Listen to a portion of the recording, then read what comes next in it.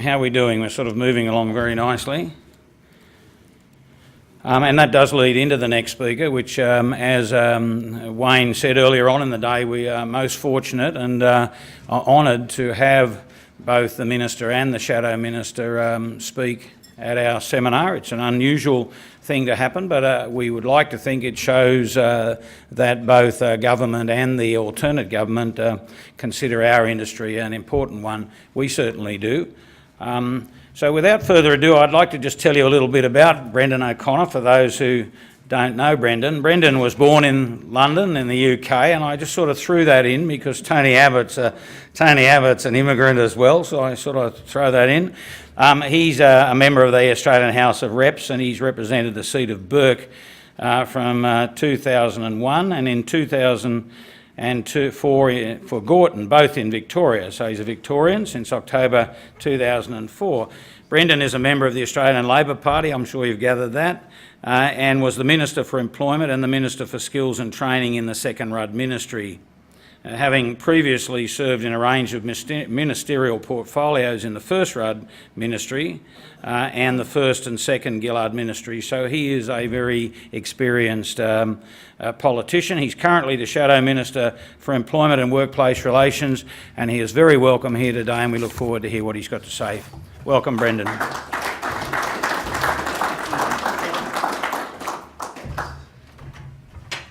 Thanks very much. I thought you were going to end by saying this is your life, you know, but I'm glad you didn't read out all the portfolios because there was quite a few. It's great to be here. Can I firstly acknowledge the traditional owners of the land on which we meet and pay my respects to their elders both past and present. I can thank the organisers of this important conference for inviting me here today. Can I just say, I'll go off script for a bit if you like. I think it's really important that associations like yours come to Canberra where possible. I'm not saying we're the be-all and end-all, but as has been said, you do have today the Minister and the Shadow Minister for important public policy areas that directly affect your constituency, and I think that's a really good thing to do. We're sort of like a captive audience in a sense. You know we're here, we can't pretend we're not. You come up and say, you give enough notice, people will turn up because your industry is so important to the economy and to this country. So congratulations on your guest list. Can I acknowledge Wayne Patch and Michael Apps and other distinguished guests that are here today. As I say, I'm very happy to be here to speak to you all about the Alternative Government's industrial relations strategy. I'll also outline Labor's commitment to the bus and coach sector, if I can, and the need for the public transport system and the private transport system that responds to our growing cities. Labor believes in an effective, efficient and affordable transport system. Whether it's taking people around our cities, our regional areas, to and from school or on tour, buses are the most flexible and nimble form of transport. As urban congestion continues to increase, there will be huge opportunities for growth within the bus industry. And our cities grow, our cities grow, they will provide not only greater opportunities but also some significant challenges. To help deliver the effective public transport system our cities need, Labor is committed to designing and implementing an industrial relations framework that ensures all workers, including those in the transport sector, are safe at work, paid a fair wage and are productive. Labor is also committed to ensuring that businesses, including government business enterprises, are able to operate free of unnecessary red tape. And for those businesses, of course, who provide services for government. Labor is committed to a collaborative approach to industrial relations and industrial advocacy where employers work with Labor to promote public transport and indeed private transport, the private sector transport as the solution to urban congestion. Now you would know there's a current debate in the Parliament, in the public realm about where the investment, where the taxpayers' dollars should go. And we are on the side of investing in a public transport system because it's critical if we're going to reduce the congestion. And you would hear much of that from Anthony Albanese and other frontbenchers of the opposition. Investment in better roads, railways and ports, when done properly, improve productivity of the economy, and of course that leads to economic growth and employment growth. Labor's committed to significant federal investment in public transport, road, rail and light rail, and we are strong supporters of more jobs in the public and private transport sector. We have an ongoing commitment to mass transit, given its ability to move many people for the space it takes up. By contrast, we would argue that the current government builds roads and leaves public transport to the cash-strapped states, which means less new public transport. The Abbott government's failure on public transport, in our view, means that commuters living in the outer suburbs of Australia's big cities can expect to be stuck in their cars for longer in coming years. We need to create more creative cities than merely urban, more creative and indeed more effective cities rather than the merely urban sprawl of drive-in, drive-out suburbs where residents can afford housing but where there are no jobs.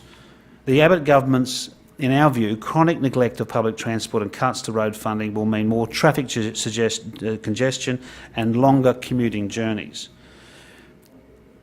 So there are, of course, some real issues about where we would like to go with investment vis-à-vis that of the government. The other area I'd like to touch upon, of course, is the reference by the government to the Productivity Commission review. We don't pretend to think that employers are entirely happy with Fair Work. Indeed, we know there are genuine concerns that have been raised by employers with us directly, whether it's employer bodies or employers themselves.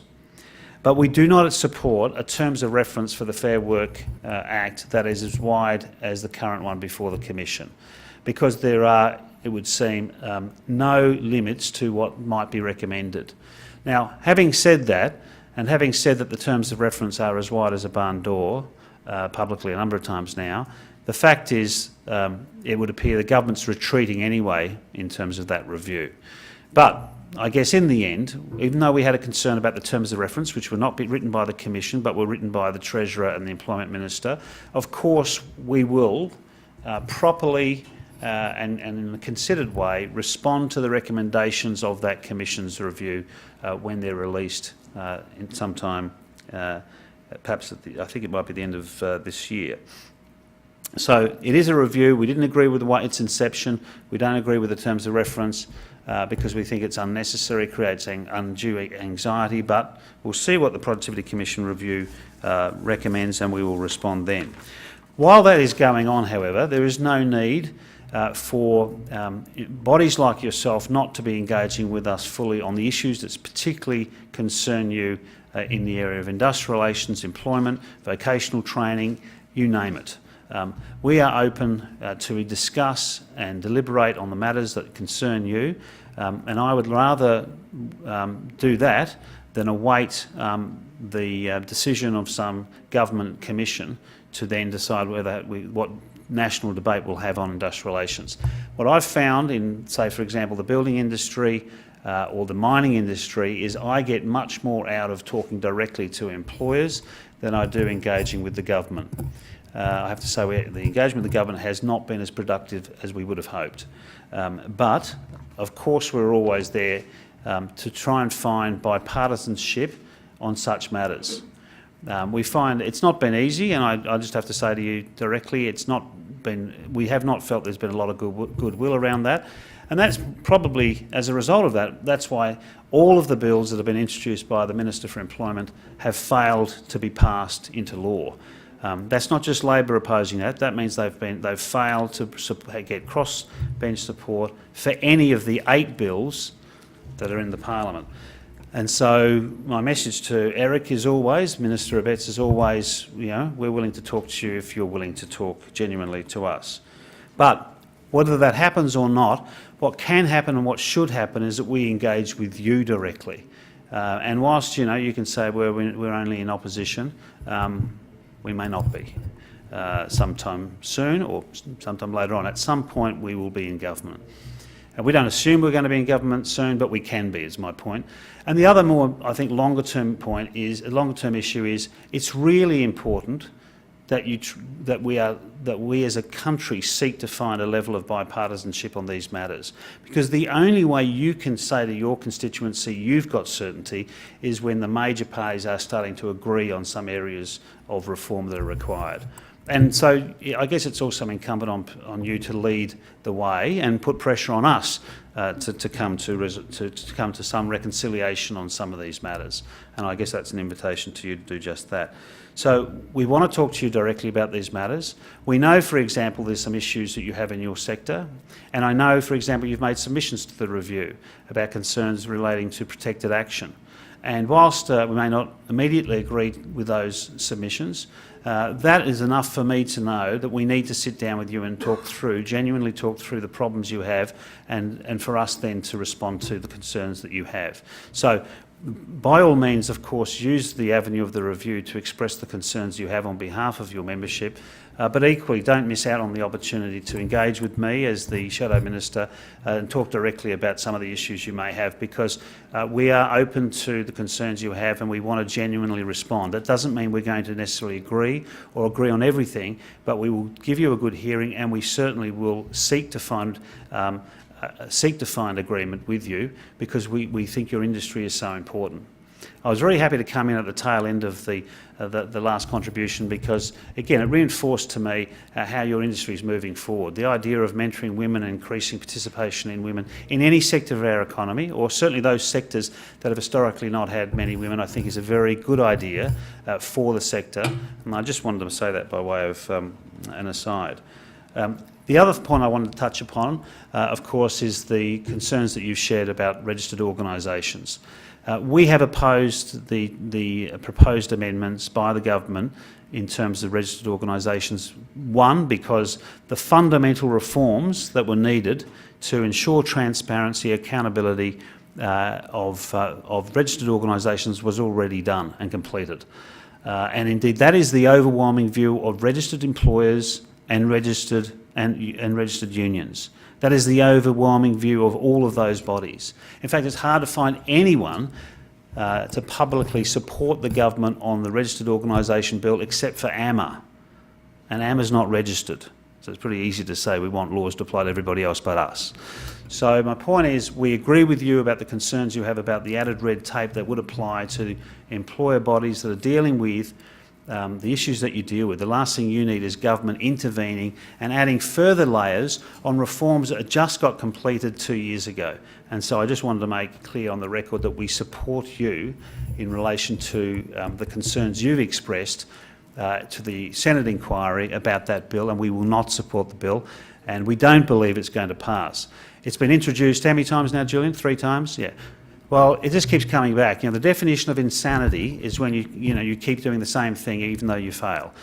We've tried to express to the government they should move on, and I would suggest, if I could suggest to you, most respectfully, if you get a chance to talk to the government, you might want to say the same as well. Focus on things that really matter rather than adding red tape to registered organisations of employers who've got enough to deal with than having to worry about that. So there are lots more I could say, of course, on these things. I was really wanted to come here today to reinforce our commitment to the industry, to emphasise that I want to speak to you directly and not through some artificial mechanism like responding publicly to a review. And if I believe you've got a particular reform that you need and you convince me, I will seek to convince the federal opposition. That is, seek to convince the alternative government of that view. So my door is open. I make that invitation for you to come and speak with us on that matter.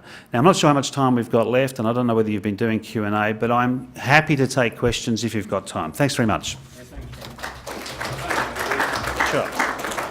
We do have a bit of time, so we will do some Q&A, and I think we can all participate.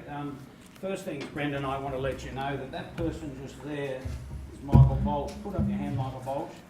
So Michael Bolsh missed out on the 5-hour governance training that I provided to our councillors because he lives between Perth and Mackay, which is a fair distance. So Bolshy couldn't get to the training, so he has to spend 5 hours with me doing a governance training session and a test after that of 25 questions to meet the compliance of the current Fair Work Registered Organisations Act. And we're an organisation with a budget of under $300 100,000. We have 25 members, made up of a lot of businesses, but 25 members and 13 councillors, and we're put through the same hoopla as the ACTU or ACCI or AIG, and we think that's wrong. Well, so I'm not asking you for your response because you've already given No, it. no. Other than to say, what's the irony of this is, let's be quite clear and blunt about it. The target is not you. The target is the union movement because they're the perceived enemy of the government. Just tell you straight. That's why we have a Royal Commission on every union, not just one union that may have done where had officers did the wrong thing. The Royal Commission's terms of reference is every union in Australia, just so you know. Imagine if there were people committing corporate crimes and you had a Royal Commission to every corporation.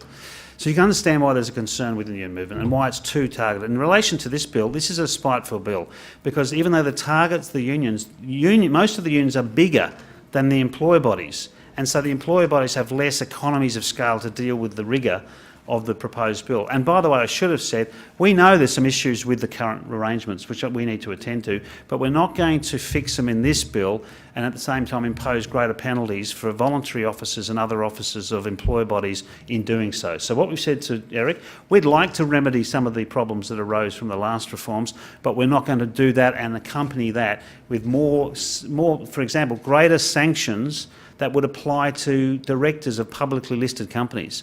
That's what's currently in the bill, which we cannot support. We're very heartened by what you've said today about inviting us to talk to you about it and your approach, and we understand that in a number of the things that we do, there will be some inherent philosophical issues, but the fact that you're prepared to talk to us, I think, is fantastic. There are questions from the floor. I've got one other one which relates to the we're not a great fan of the Productivity Commission inquiry because we've had a Fair Work inquiry a number of years ago under your government, which was a very effective inquiry, and it was headed by some very eminent individuals who I think your government had a lot of confidence in, and they came up with 53 recommendations, which about a third of them were adopted. And I think the question I would ask you is, we know the ACTU basically opposed the remainder. I think the question that I ask you as a alternative government is what I think we'd all want to know is, how do you overcome that issue of, hey, the ACTU just doesn't like the other two-thirds, so they're not going to happen. Have we got any chance of convincing you? Firstly, the ACTU didn't support all the ones we embraced either. No, I know. But you're right. Obviously, when people raise concerns, and we think they're legitimate. I wasn't the minister at the time, as you know, but it was Bill Shorten. And some of the reforms we put in place were very good.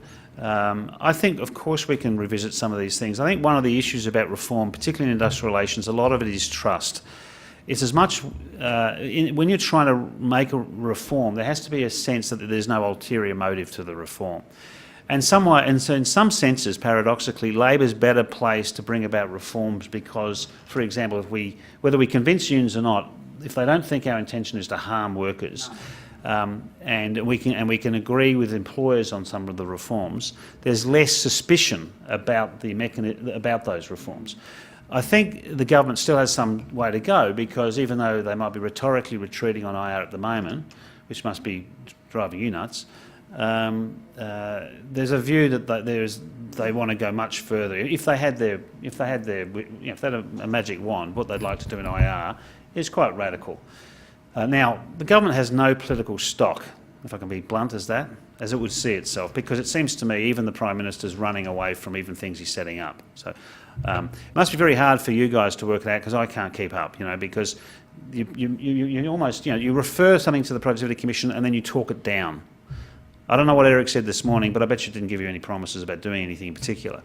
So that is an issue. You've got a government that has an agenda, but it won't even seek to implement it. So where does that leave us? Well, the best way for us to do it is, whilst we don't agree with everything the government's doing, our best way is talking directly to industry in each sector, not peak bodies alone, but peak bodies, if it is bodies, it should be ones representing a sector because your concerns might be different to other sectors. So there are some generic issues, but we're willing to do that. So as for the review, I'll go through some of the recommendations we didn't embrace. Some of them were because we didn't agree with them, not because of the union agreement, and some of them because they were difficult things to do, and we were running out of time, quite frankly, in the last parliamentary term. And the other thing I should add is we didn't have a majority in either house when we were bringing about some of the reforms.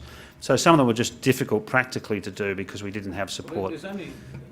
We're one of the industries, one of the 16 industries or 16 awards, the Passenger Vehicle Transportation Award, that is exempted from paying leave loading for termination. You're probably aware of that. The recommendation of the Fair Work Review Commission was to rectify that and basically remove the section 90 subsection 2 issue with it. And one of the reasons why we were exempted was that in some of our jurisdictions, which was morphed into the national body, we pay 25% loading. So there's a reason why we got exempted. It wasn't just a case that we're a big bad industry and somehow we ripped off the TWU, which is not possible anyway, and got that exemption. We got it for a reason. We got that because we gave something. Now it's then been logged into this, you don't comply with the NES, and all of a sudden you lose that exemption. And the last case, as you probably know, is to backdate it right back to the 1st of January 2010. Well, that sends shivers up our spine because our members have obviously not been paying the leave loading on termination. So that's just a little example, more minutiae, but it's an I'll talk to you about that. Where of course. Industries like us, we're not against the Fair Work Act. We are, I understand. We're not against penalty rates. We support penalty rates. We're linked into government. We're linked into government contracting and funding. So everything we do impacts on state government. So we're somebody that wants to deal in industrial relations. But there are these little... I accept that. So and those types of things happen in other industries. Questions there, Darryl? Brendan, Darryl Bellish from us. G'day, Darryl. There's a number of employers coming up with a new round of enterprise agreements, Yeah. particularly in New South Wales. What's your view about the union movement filing for protected action when there hasn't really been a chance to have a good faith bargain? Well, clearly, my private and public view is the same. You'd be glad to know. I mean, I always think you're better off talking and resolving things. I don't care, and I'm a former union official. I never support industrial action as a first course of action. I don't care whether you've got a militant sector or you've got a sector that's not particularly militant. I just don't think it, and I don't accept employers doing it or doing something sort of provocative if there hasn't been consideration. I think if there's not, the only time I think it's when when there hasn't been a proper discussion, the only time I think it's justified is when the discussion's not happening because one party chooses not to discuss something and just says we're not going to talk to you in good faith. Then there's a problem because now you've got a phony negotiation. So that would be the only exception. But even then, even if someone files for protected action, we would still want, even with that process on foot, we would still want a discussion to resolve matters. Ultimately it's in I think the most successful people in human relations work things through talking, and you can set yourself a long way back if you take needless industrial action. You can set your relationship a long way back, and there can be retaliation, and there's a breakdown of trust and so on. And there's so many, and so that's my general take. And I'd say that in front of if this was a union meeting, I'd say the same. But, and the other thing I make the point, and I didn't emphasise enough in my speech, I think it was there, but I went off script, so I'll get told off later by my office. But there are so many things that, of course you fight unions on issues, but you've got things you have to work with unions on to defend your industry. I've seen this before where in the timber industry, one of the best exercise I saw in working together was the Timber Workers Union, got things out of the Howard government, industry committees, which also include the employers. But I'm saying that was where they all agreed and they lobbied together. And then they went off and sometimes had a fight. And then they come back and lobby things together. So where you agree, just remember you should be lobbying on the things you agree on. Yeah, but I'll just get back to your question. Of course I think people should talk and resolve things first and genuinely bargain. And I don't think people should just go off and have, unprovoked, premature disputation. Yeah, and that would be my advice. You can quote me on that. Probably get a bad phone call now, but no, look, it's from a union official. It's worth saying, Brendan, that New South Wales and Victoria, particularly with our state associations, they negotiate with the Transport Workers Union on a template type of agreement. Yeah. And have done for many years, and they generally reach agreement. There's a bit of argy-bargy, and sometimes there's a day strike, but at Sure. the end of the day they reach agreement, and it would be fair to say, Pete and Darryl, that over the years it hasn't been a volatile circumstance, and Peter Kavanagh down there and I met with the TWU on this 4-year review the other day, and we agreed on more things than we disagreed Yeah, on. it's So good we stuff. are a body, even though the TWU might tell you differently about me, we are a body that They haven't bagged you to me. I'm Well, just, so we'll want to deal with yeah. it. Other questions of the Shadow Minister? He's here today and available. We launched today, Brendan, our Productivity Commission, and we launched it controversially in one of the areas of the essential service one is a controversial thing, Yeah. because it does look entirely at that issue of freedom of association, etc. Which Yeah. I mean, do you have a view on that? There have been bus companies that have actually gone through 6 months of periods of strikes, and actually, in our Productivity Commission inquiry is colourful because it's based on some of the issues that were raised in it, and so Yeah. I've made sure that at least they're going to know about it. Yeah, look, I'm a Labor politician. I support the right to strike, and the only place where you can stand up in a country and say you don't support the right to strike at all are not democratic countries. But are there responsibilities that come with the right to withdraw your labour? Absolutely. Are they confined in certain ways, governed by laws? Of course they must be. Can there be penalties for people that break the rules? Of course there should be. Should people use that as the last resort? Yes. So, but go to countries where there is no right to strike. They're not democracies. I just make the point. So, so then it comes down to in what circumstance, what are the consequences for working outside of those circumstances, and whether we need to deal with some of those issues. Whilst I believe there's a law, there should be a lawful right. We're signed up to every international labour organisation covenant, which are written by international employer and unions and government. We'd be in breach of ILO conventions and so on if you didn't allow it. But of course there are exceptions, including essential services. But that has to be a very strict definition. The more philosophical debate is not so much that, but the issue of arbitration and conciliation. Okay. It was interesting that Jed Carney the other day in the debate with Kate Carnell actually announced that the ACTU was looking to support arbitration in protracted Yeah. negotiations, which flies in the face of a lot of things that some unions Yeah, do. and some employers. Can I just cut across you? It's really funny. I get, if you think there's one view from employers and one view from unions, of course you're completely mistaken, but you would know that. In some industries, employers want us to intervene. And in some industries, unions want us to allow the commission to stop certain behaviour, because in some industries, unions are either low density, barely existent, or industrially weak. In others, they're not.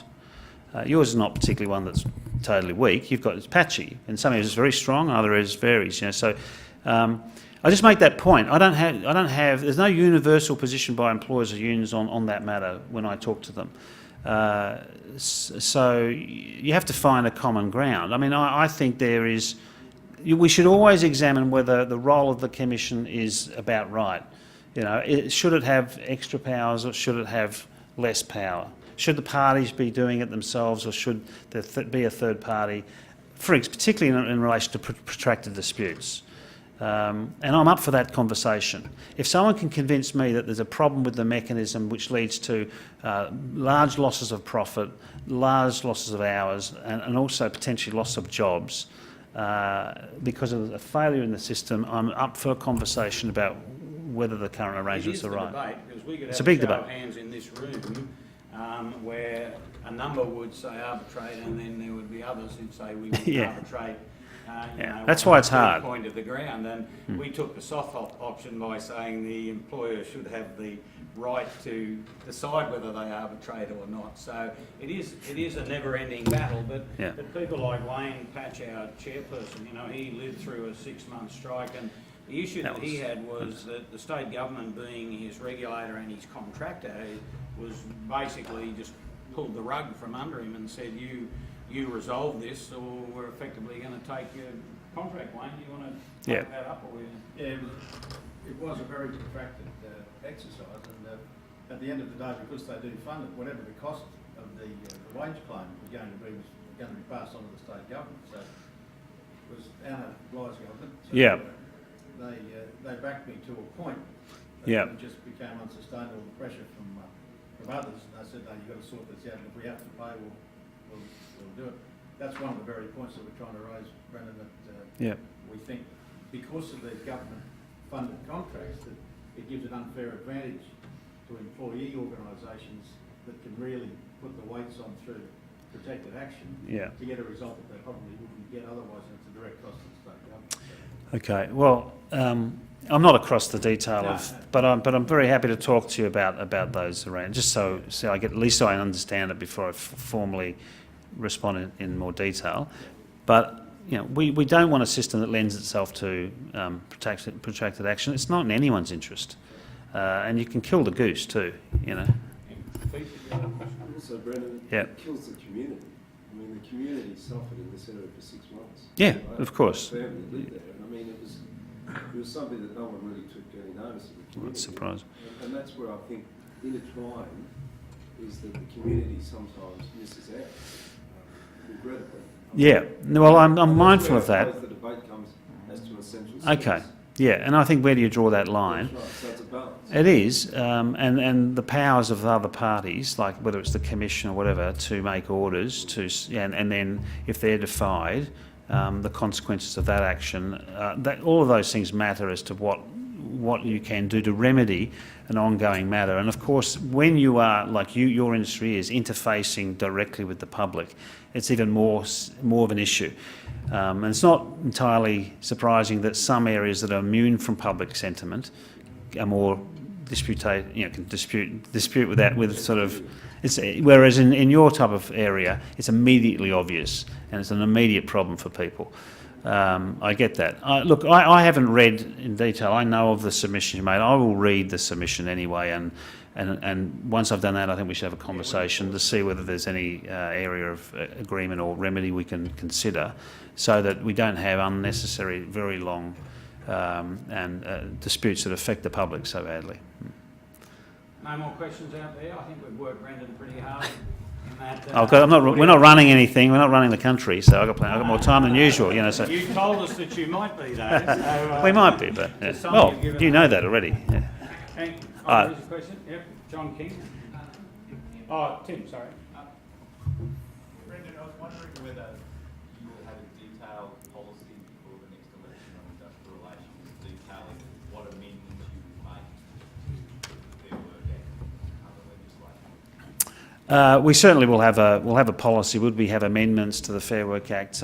Probably unlikely to have sort of specific detailed provisions, but I think we'll have I know we will have a clear position on all the matters that most of the parties, including everyone in this room, have concerns about. I don't think we're in a position to go to an election without much policy. The only costed policy that the current government had before the election was 2 weeks before it, but they did have policies. They hadn't any costed. We've already costed two. They're not huge ones, but Bill Shorten is completely aware of the need for us to present an alternative. I don't think we can get away with, with respect, you may disagree with this, but I don't think we could get away with what's happened with the current government. And the current government, and I don't wish people personally things ill will to people, but I think the current government is largely why it's in the problem it's in is because it didn't present a mandate. In fact, it cut off its mandate at every turn. So even if you think some of the things that they're doing are fair, we don't think they're largely fair. They said they wouldn't do them. Now, so I think it's important for incoming governments to present what they're going to do for a number of reasons, to be honest, and to have a mandate if you win. I think, as I say, if Abbott had done that, he'd be in a much better position now. And he still would have, I think arguably people would say he would have won the election and he would have had a mandate, and today he doesn't. Okay, Okay, all done. Pete, sorry, Pete's sorry. Yep. Just a quick one. The ACTU's going pretty hard on some social change, what we call consider social change, really. Additional leave for domestic violence victims, flexible work arrangements for return to work and parental leave. These kinds of things, do you have a view on whether it's appropriate to do this for an employee review process or should it be something that Parliament should? That is a tough call about whether we. I think anything new should start with the parties. I do think that's where it should start. I think, Parliament should be loath to start unless it's a really critical and universally agreed position. I think it's better that the parties work out whether there's some agreement on some change because of the evolving changes that happen in society. So there might be something there's a public expectation now amongst employers as well as employees that might come up through enterprise bargaining or an award process. And I think that's the best way for it to evolve. And I don't think necessarily you'd go straight to Parliament and enact it. Now, don't hold me to say that's a rule that there can't be exceptions. On those matters you've raised, we'll talk to the ACTU about these things. We don't have a position on all of these matters and how they would apply. We know some employers have embraced them, and a lot of employers may not. I think we need to see more happen in the workplaces with employer bodies, unions, before we'd probably want to. But we'll talk to you about that. If, like, for example, you've got concerns about some of the things, we need to know what your concerns are. Well, I think the thing is what you're saying is this engagement. I mean, what the ACTU have propagated are social reform, which I think everyone ingratiates. That is what we do about domestic violence, how we get women back into the workforce after they've had their children. I mean, there wouldn't be a soul in this room that doesn't support that, and we try to put it in, but whether it should be an extra 10 days leave or whether they should have those sort of quite costly measures, or whether there is a better way of dealing with it. I noticed the other day in the paper that the federal government had allocated some millions of dollars to domestic violence. Well, I'm thinking, what for? How about you can have a domestic violence leave if the government wanted to assist employers to pay that. So I think it's the discussion that government, the employers and the employees need to have to get to a common goal. And to the ACTU's credit, they've initiated it, but we do need to see a landing on those sorts of things. Well, we agree with the government responding to issues of domestic violence. There is, in some parts of Australia, I'm afraid to say, there's an epidemic of violence against women. And it could be drug use, but there's some areas which are really, really quite bad. And if you look at, and you talk to the outgoing police commissioner in Victoria, who also led the charge on these issues. I'm not saying that then immediately translates into some industrial matter. I'm just saying the government can provide more shelter for women who have to flee their home if they're in a situation where they're involved. That's a good thing. We wouldn't oppose that. But there are some I think there's an increased incidence, and I think that's reinforced by the Australian Federal Police, State Police, community organisations, and to that extent I support Tony Abbott in investing in that area. There you go. Finish on a bipartisan note. We please thank Brendan O'Connor for coming today. Thanks.